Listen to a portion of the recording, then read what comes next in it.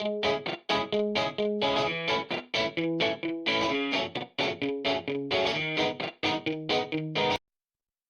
right, welcome back. Season 2, Episode 2, Once Upon a Phrase. I'm your host, Jason. And your other host, Lisa.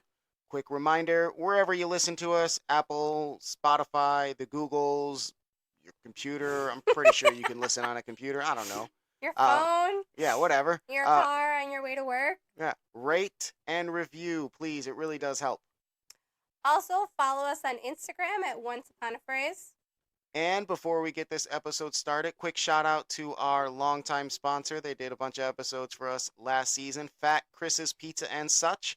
You live in the Chicagoland area, particularly Andersonville and those surrounding places, give them a shot. You can go to the website, fatchrispizza.com, dine in, delivery, pickup, everything you need. I definitely recommend it. They're delicious, or they have delicious pizza. They themselves are not delicious. I mean, they might be, but their pizza definitely is. All right, some new season 2 things. We will be releasing episodes bi-weekly. And also, if any of our listeners have phrases they would like to have us explain on the air, we are going to call it our viewer's choice. Wait. Not viewer. No. I mean listener's choice. You guys can't see us right now. They cannot see us. It's probably good they can't see us. We are definitely in our pajamas right now. It reminds me of when we were remote teaching, where we had to be on camera from pretty much the chest up. So you'd wear a nice t-shirt, at least I would, or a nice cardigan, and then be in pajama pants on the bottom. I definitely taught every day of remote teaching in a polo and basketball shorts. All right, so listeners, please, if you have any phrases you want us to share the meaning and the background of, please share them with us on Instagram, and we will incorporate them into our bi-weekly episodes. Yes, today, for example, we will have one on at the end. I don't really have a cool name for it yet. I think we're just calling it Listener's Pick or Listener's Choice. I think Listener's Choice, unless we get a better name for it, that's what we're calling it right now. Listener's Wonder. I don't know. How about this? If you have a good name for this segment, please put it on our Instagram page. All right. So I'm sure you're really excited about today's episode. Today's episode is about sports, which, if any of you know my husband, that is what he lives, eats, and breathes. That's how you say it, right? That's probably not. For somebody who has an etymology podcast, you definitely got that phrase wrong. It didn't sound like it flowed, so I'm sure I messed up. So, sports. Season 2, Episode 2. I can't believe it took us this long to get to sports. However, this one was particularly hard for me to research because when we look up these phrases, we'll do some research together, sometimes separate. Lisa will always ask, have you heard of this? And I'll ask, what about this phrase? Do you know what that means? Just to sort of bounce ideas off each other.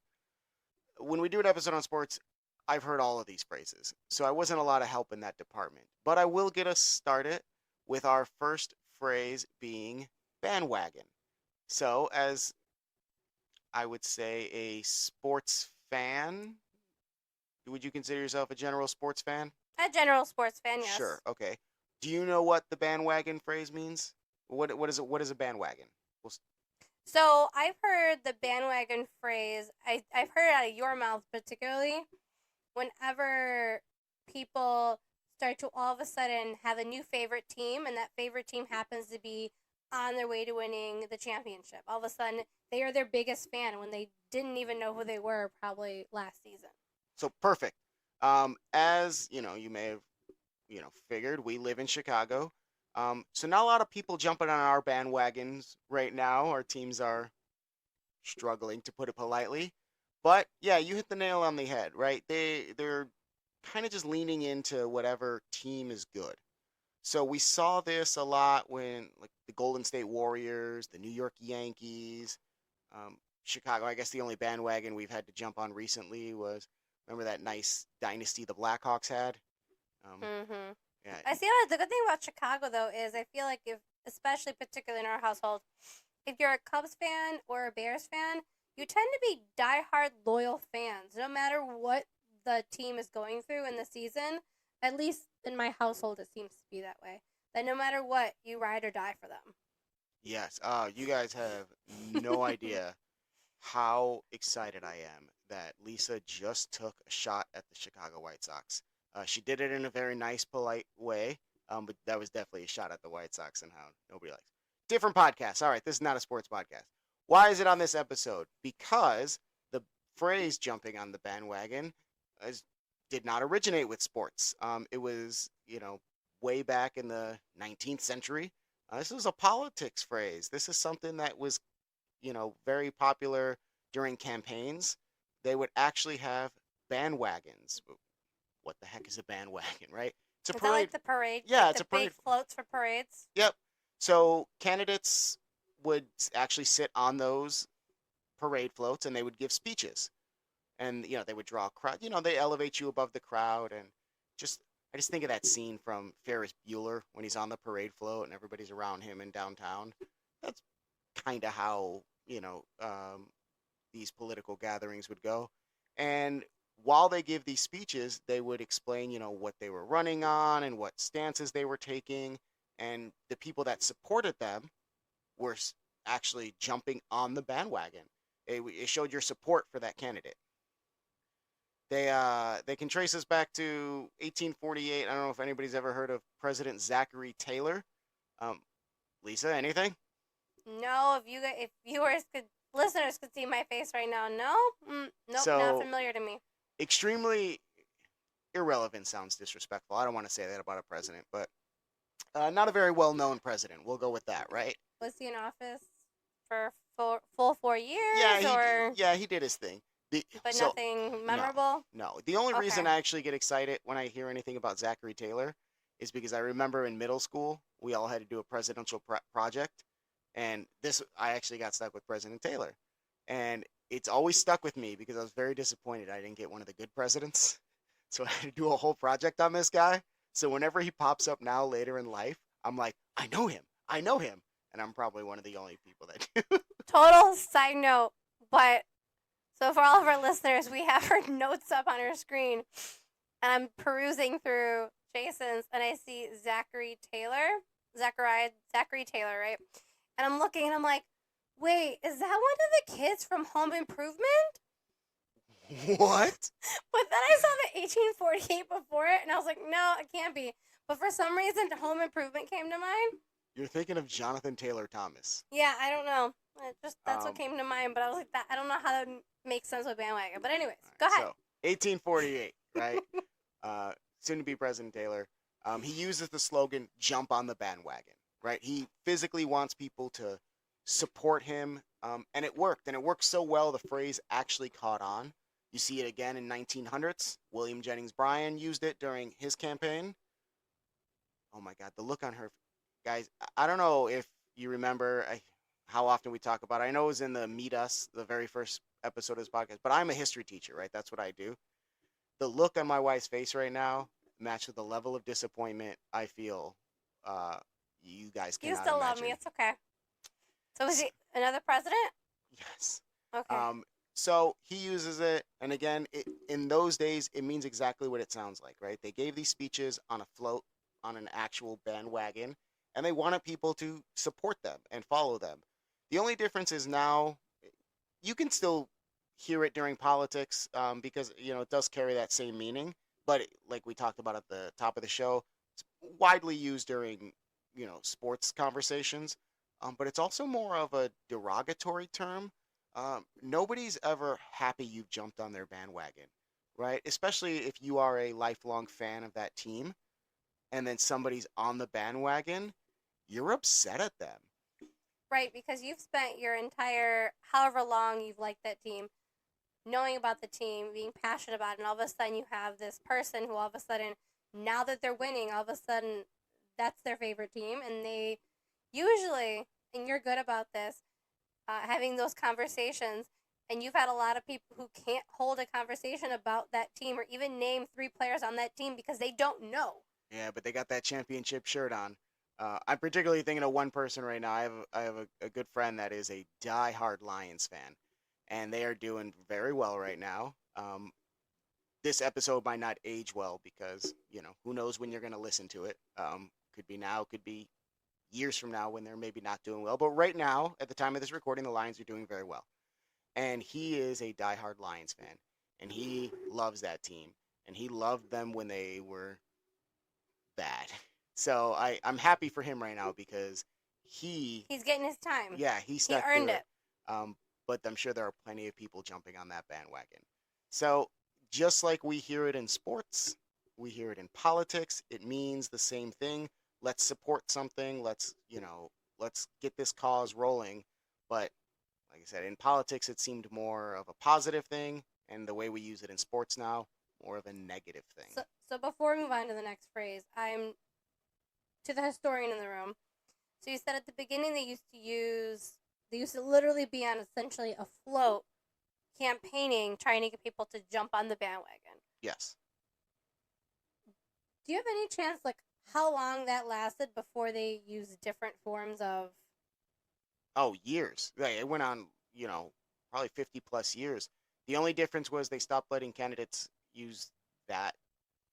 Form of media? Like, I Yeah. wouldn't say media, but form of So they ended up press? also, yeah, they ended up also using trains, where a candidate would be on the back of a train, or a train would have, Like, in between the cars? no, on the back when there's no other cars, Okay. and the train would roll up to the stop and give the speech, and it was already elevated, and they were sort of on their own stage, and then they would roll away. So that was when it went past the floats, and then it went to the trains, and then No, simultaneously. Okay. Eventually, people just built stages and gave speeches. Okay, makes sense. Thank you for clearing that up for me, because I was just curious. And do what I can. All right, Lisa, you're up. What is our next sports reference? All right, so my sports reference is Pass the Buck. Are you familiar with this one?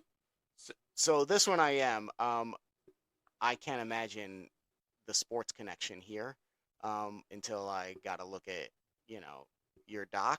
So please explain, because this episode is sports.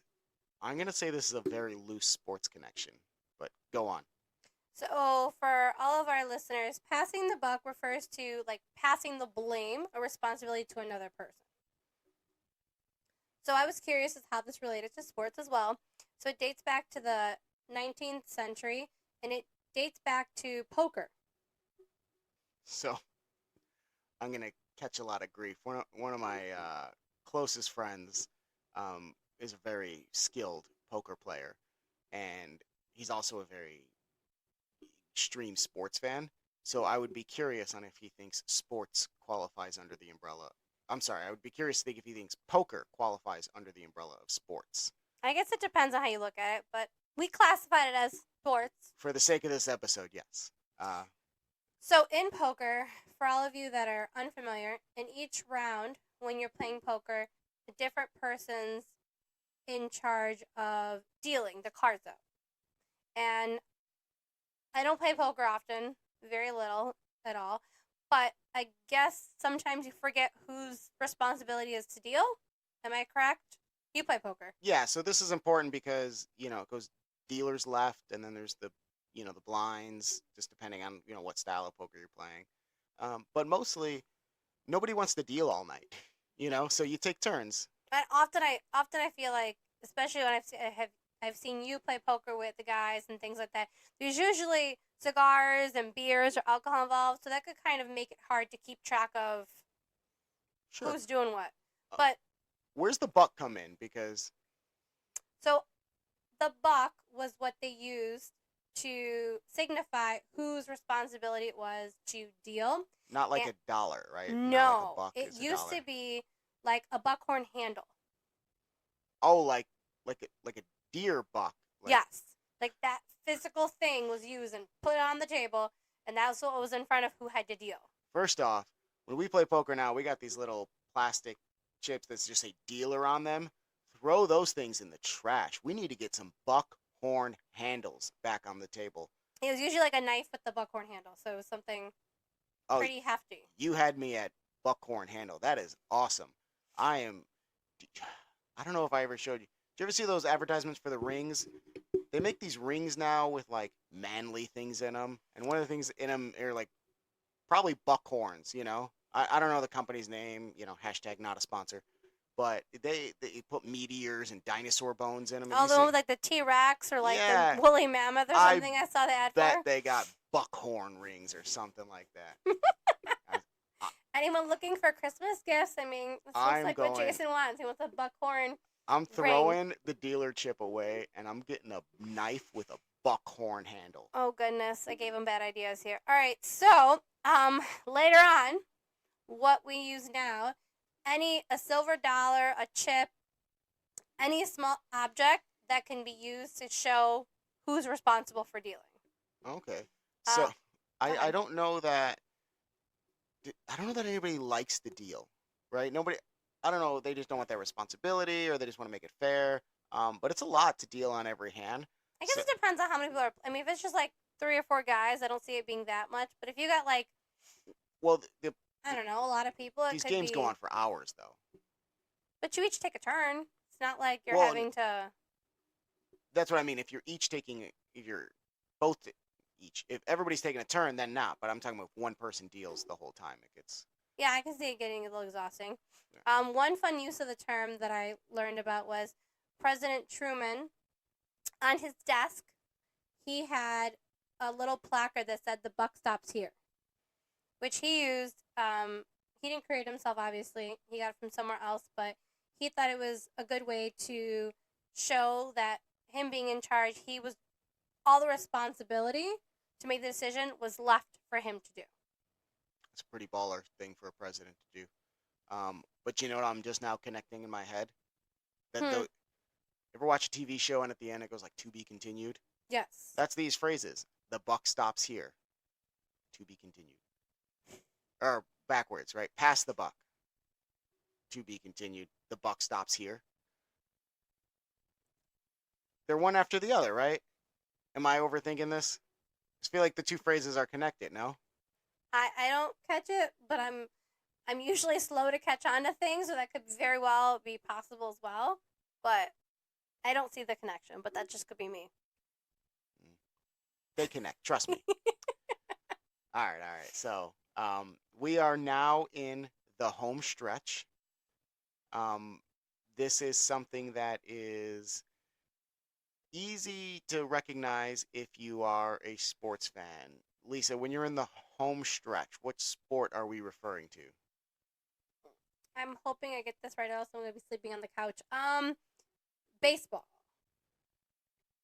I think you're thinking of the seventh inning stretch, which is the home stretch of the game. Related, Are we talking about like horse racing? yes. Okay. So Whew, most okay. old, Second try. yeah, most old timey phrases can be, connected back to horse racing. Same thing. If you're in the home stretch, if you're down to the wire, both of those are horse racing terms, where you would literally be, you know, down to the wire. They're referring to the finish line, right? Like the last few minutes or something. Because I've heard Well, you. not minutes in a race, but like the Well, last I few. mean, because it's. I've heard it used to reference other sports though. Now, right? Yeah, so this is part of the reason why I like this phrase. And horse racing in general, they use. I mean, it's been around for so long, and it was so popular for a very long time that we get a lot of phrases and things that come from horse racing, like to be in the home stretch. That's the last leg of the race, you know, and to come down to the wire. That's the finish line of the race. And now we hear those things that were specifically designed just for horse racing, because they actually used to stretch a wire across the thing, and whichever horse broke the wire won the Is it race. like a piece of string or like an actual wire? Wire? I just can't. Not like a dangerous wire. It was probably like a string, but Like like a a ribbon tough string. string. Okay. Yeah. But this was before, photo finishes and cameras and technology and sensors and all of that stuff. So you would actually have to, touch the wire, and that home stretch, we do this when we've been to the track. And again, the the friend that, usually is at the track with me, you watch and you watch and it goes around. And if you guys have ever been and seen a horse race, you can't even get excited to the home stretch, to that last leg of the race, because literally anything can happen. If you've even been to the track and you've opened the book, there is all these statistics of, how the horse does and the first eighth and the last eighth. It's very complicated actually, but I just pick by the cool names, but hey. and it works more often than it does when I try to pick. So, um, But no, I get what you mean because I've been there a few times where the horse I've chosen is in the lead, probably the first half of the race, even the All second, the way around the bend, right? second all around the bend. Once they hit that last corner and they're headed toward the finish line, all of a sudden somehow it loses all of its steam, and all of Yeah. a sudden the horse way in the back I all think of a sudden makes it to the finish line first. So it's I think your horse just needs a better jockey. All right, Lisa. Before we get to the listeners' pick, uh, bring us home with our last sports phrase. so the one I found was out of left field. I've heard this one, but I personally, until researching it, didn't really know. And I guess I still don't know exactly because there's two possible origins for it. But out of left field refers to something happening out of nowhere or that it's unexpected. Yeah, so this is one I particularly enjoy because I think, out of left field, it's obviously, a sports reference, but I think everybody uses this. Like so many people say this, or if you said this to anybody, they would know exactly what you're talking about, right? That it's out of nowhere, unexpected. So where's the sports connection here? So this one I thought was pretty cool as I was researching it. So one of the origin stories dates back to the West Side grounds, which is where the Cubs played before Wrigley Field was built. Yes, sir. So it was said that outside of left field of the West Side grounds, there was a Cook County mental health facility. I love where this is going. It was said that the fans and people at the games could hear patients screaming way out in left field. Okay. And that just obviously is unexpected or out of nowhere. Right, kind of just not, yeah, you don't expect to be at a baseball game and hear patients from a mental health facility screaming in the background. That's not the normal Sure. sounds of a baseball game.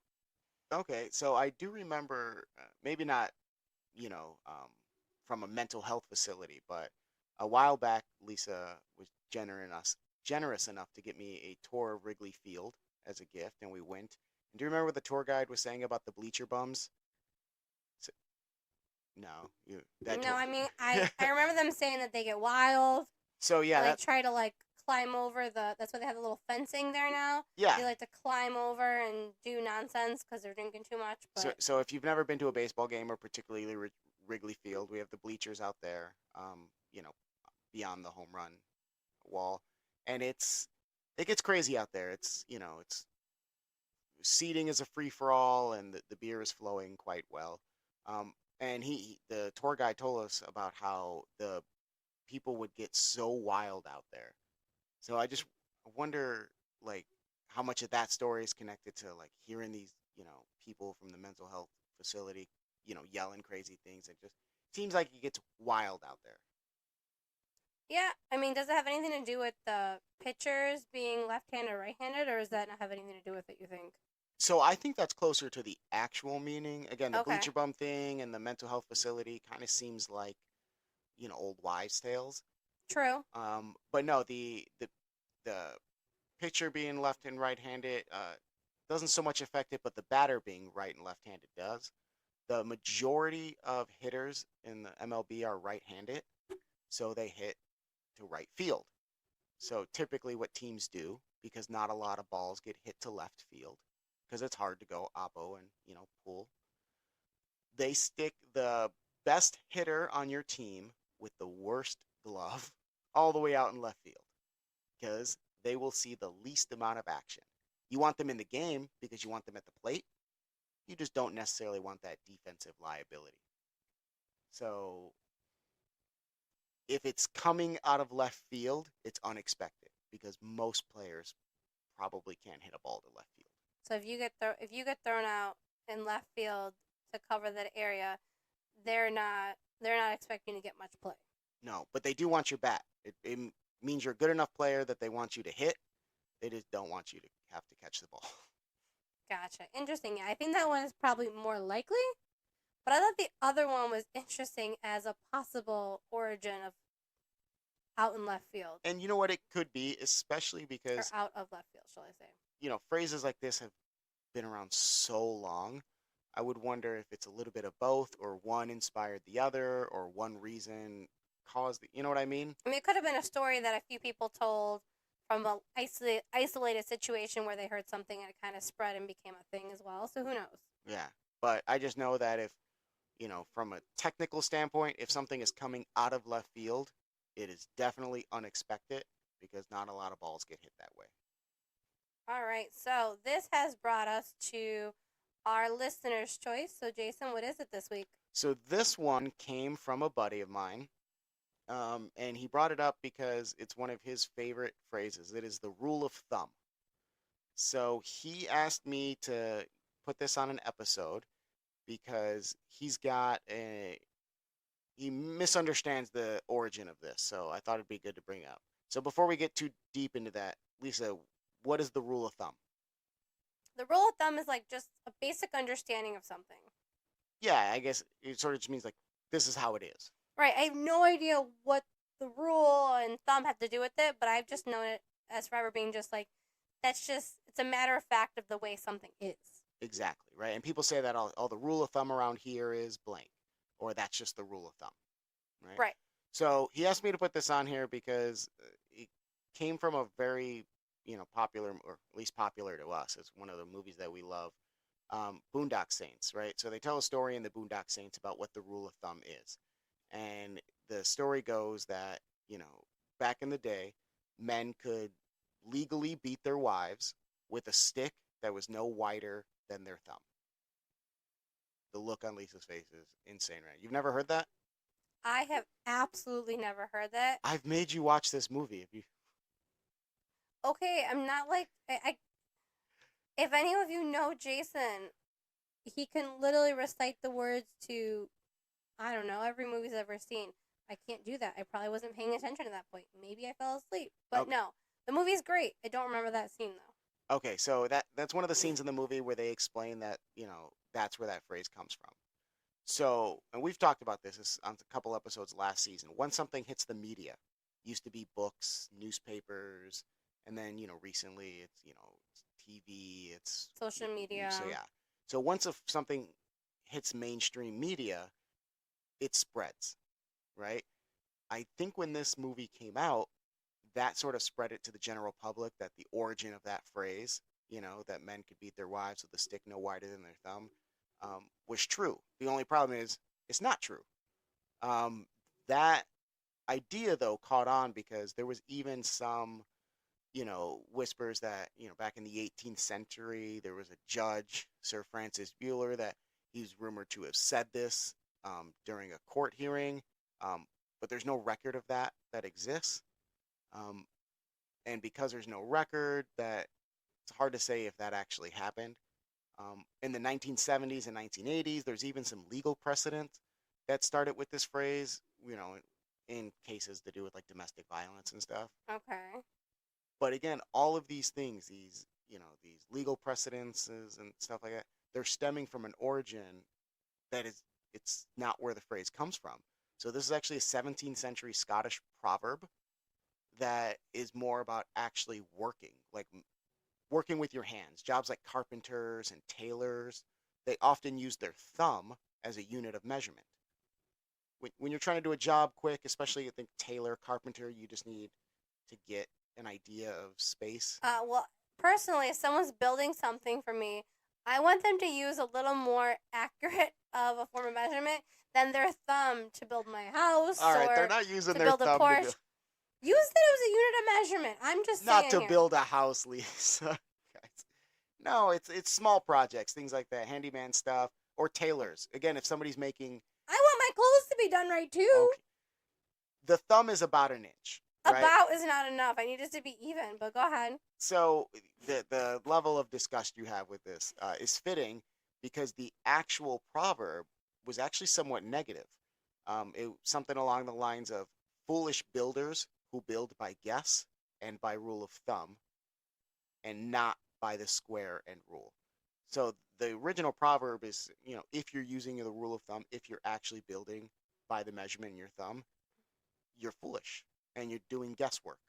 I 100% agree. I would not want that tailor or carpenter building anything or creating anything for me. But I would think in most cases, like even when I hang stuff around the house or I do something, if I'm building something big, measure twice, cut once. But if it's a little handyman work around the house, I'm definitely eyeballing a lot of that stuff. But nonetheless, the actual proverb, like I said, it was negative. It was to kind of make fun of people that did that and didn't use the square rule, actual tight measurements. Um, but the legal precedents and all the domestic violence stuff and the idea that men used to be allowed to beat their wives, none of that's actually true. But it catches on in the court system. It catches on in movies like the Boondock Saints, and all of a sudden, so my buddy that actually told me that phrase was heartbroken when when I told him that Do you that think it had to do with beating your wives from the Boondock Saints? no, he just thought that he thought it was cool that he knew the origin of a phrase, And then he like, was kind of okay. and then I was like, not really. He was kind of wrong. So Um, totally on topic but off topic when you were discussing this, because my algorithm is strange. I get these TikTok videos of like girl math or like girl measuring, where listeners can't see me, but how women, when they're trying to measure like how big something is, they just kind of stick their hands out and they put them out to a certain like to a certain point, and then they'll go ahead and they'll like wander over to whatever they're trying to as fit in if that their spot. hands and arms As aren't if, moving. right, Yeah. if they're like, oh, it should fit, and it usually doesn't. Yeah, that's But the that's rule what of thumb. But that's what I think of when I think of the rule of thumb. That oftentimes, me personally, I'm not taking out the measuring tape. I'm probably gonna measure with my hands and be wrong, and then my husband will have to fix it. But Yeah, it goes like that. Well, on that note, thank you for joining us for season 2, episode 2, sports. We appreciate you sticking with us through the home stretch and our new segment, Listener's Pick. Just a reminder, please rate and review wherever you're listening. and follow us on Instagram at Once Upon a Phrase, and submit your phrases so we can add them to our next episode. And if you're hungry, fatchrispizza.com. If you're in the Chicagoland area, I can't say enough about those guys. Give them a shot. Otherwise, thank you, and until next time. Bye.